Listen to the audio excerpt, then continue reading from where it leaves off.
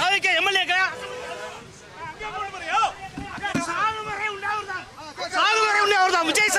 விஜய் சாருக்கு அநீதியை கொடுக்காதீங்க.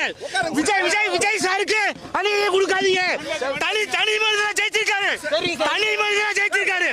எந்த பின்புலமும் இல்லாம தனி மனிதனா ஜெயிச்சிருக்காரு. அவருக்கு அநீதி கொடுக்காதீங்க. இந்த காவல்துறை அத்தனை பேருக்கு விஜய் சார் சிஎம் சொல்லுவாரு.